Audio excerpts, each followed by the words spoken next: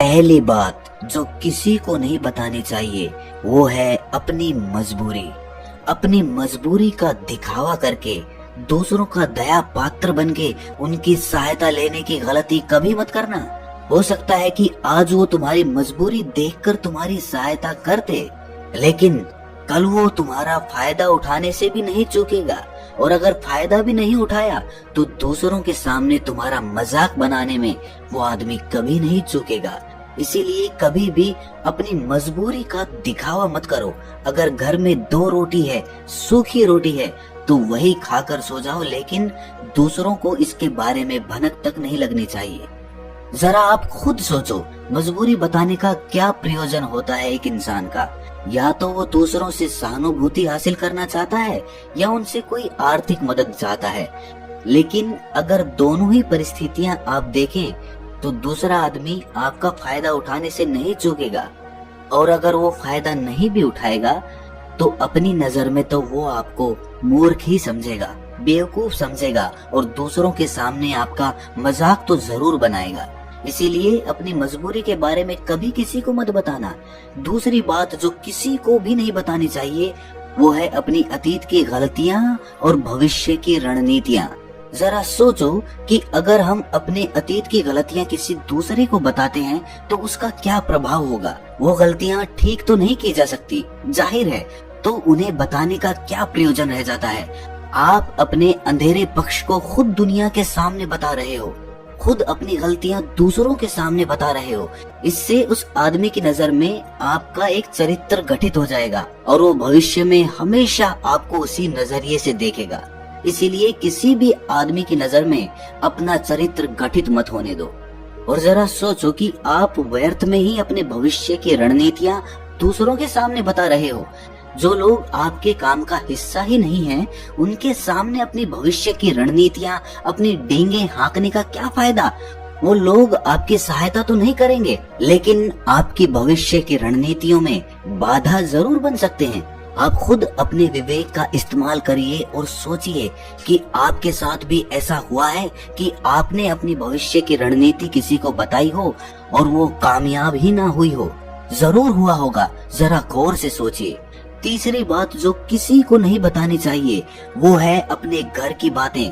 जो भी हमारे घर के अंदर आपस में बातचीत होती है, हमारे माँ बाप के साथ, हमारी पत्नी के साथ, हमारे बच्चों के साथ, वो बातें परिवार तक ही सीमित रहनी चाहिए। अगर आप इन बातों का दूसरों के सामने ढिंढोरा पीटते हो तो दूसरों को आपके घर में घुसने का एक मौका मिल जाता है और वो इसका फायदा उठाने से कभी नहीं चूकेंगे।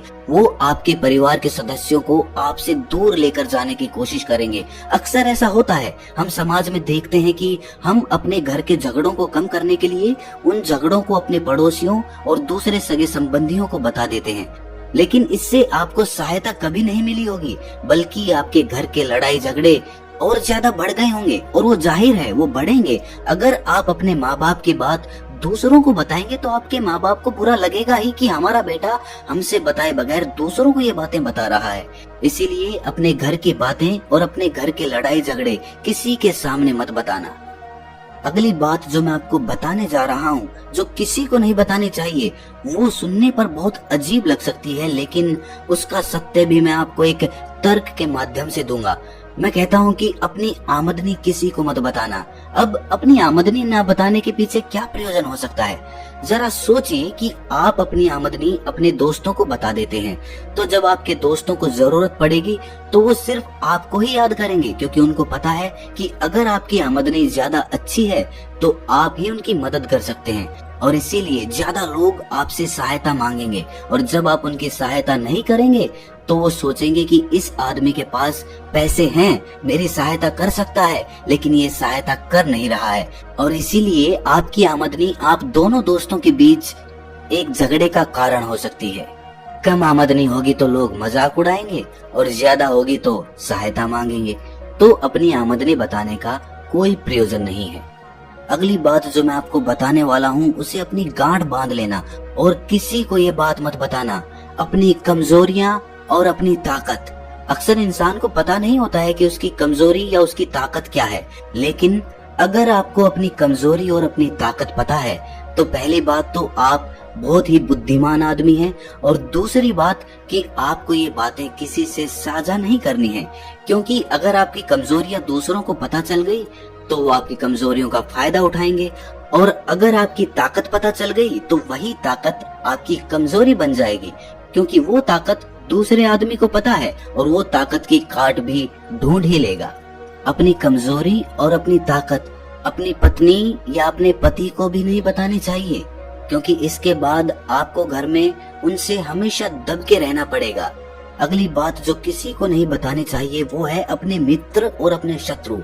आप अपने मित्रों के बारे में अगर दूसरे लोगों को बताएंगे तो वो आपके मित्रों के साथ अपनी घनिष्ठता बनाकर आपको धोखा दिलवा सकते हैं। आपके गहरे मित्रों को आपसे दूर करने का प्रयास कर सकते हैं।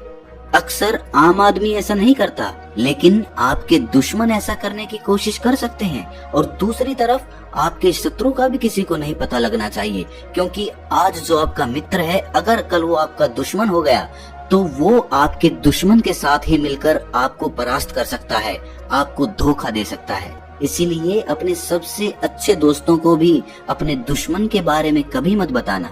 अगली और आखिरी बात कहना चाहता हूँ कि जब तुम दान करते हो तो दान के बारे में भी किसी को मत बताना, नहीं तो दान करना व्यर्थ हो जाता है, बेकार हो जाता है।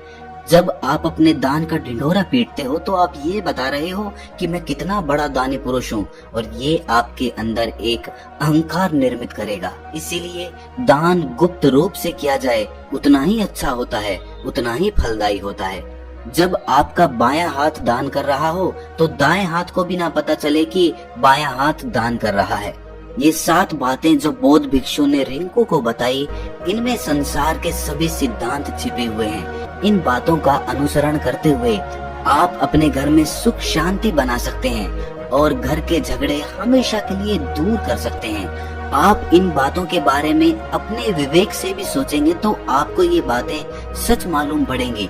और हमारा कहानी सुनाने का मकसद यही है कि आपका विवेक जागृत हो, आप खुद उन बातों के बारे में सोचें जो हम आपको बता रहे हैं। और अगर हम गलत हैं तो आप कमेंट सेक्शन में वो बात जरूर बताएं जिस पर हम गलत हैं। और इनके अलावा भी अगर आप कुछ जानते हैं तो उन बातों को भी कमेंट सेक्शन में जरूर डालें।